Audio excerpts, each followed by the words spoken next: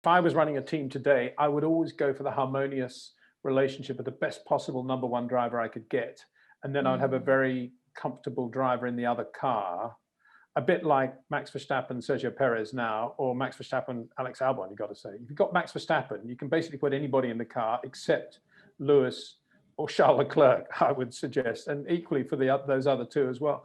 Mercedes have got a great setup with Lewis and Valtteri Bottas. If they put George Russell in there, it would definitely unsettle Lewis, and you wouldn't therefore be getting the best from Lewis. And you could say, oh, well, that's Lewis's problem. He's got to get out and beat George. But from Mercedes' point of view, you want the best from Lewis. So there's no point in creating that, that friction. And Charles will be okay with Carlos Sainz, I think. Although I think Carlos is, obviously he's really quick over one lap, and he can he can detune that a little bit and then reproduce that over a race distance.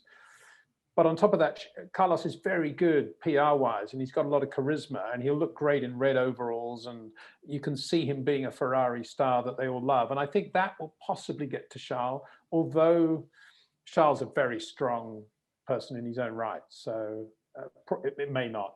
I don't think it will, but it might. That's something to think about. Yeah, the season's going to be very interesting, isn't it? Well, yeah, and I think another combo, sorry to rattle on, but another combo to think about is going to be Daniel Ricciardo, Lando Norris, because I think the conventional wisdom is that Daniel is the megastar and he's going there, and Lando will be a little bit behind him, and it'll be a great team. But I can tell you now, I don't think Lando is going to get blown away. And I think when that starts to happen, when Lando is showing, maybe he's out qualifying Daniel a little bit, maybe he's ahead of him in the race, I think that's when, there could be some.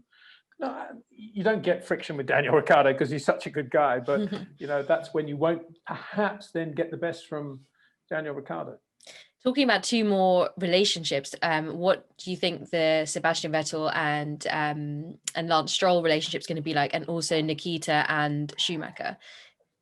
I think Lance Stroll has got the best possible teammate in the other car, because he needs the confidence of knowing that he's capable of winning Grand Prix and maybe even a world championship. He's got to have that himself, even if nobody else thinks that. It's no point in him racing unless he thinks that way. And he isn't slow. He actually is quite a quick racing driver now. He's developed a lot over the last 2 to 3 years. And every time he's within half a second, or he's actually quicker than Sebastian Vettel, 4-time world champion, that makes Lance look great, and that'll be amazing for his confidence. And I think that'll happen, because I don't think Sebastian is as quick as he used to be. And I think Lance is getting quicker. And I don't think there's anything to lose from Lance Stroll's point of view. It's the teammate made in heaven, because it's one thing to out-qualify Sergio Perez, but to out-qualify a 4-time world champion, that's a huge thing. And that's why they've done that, I think.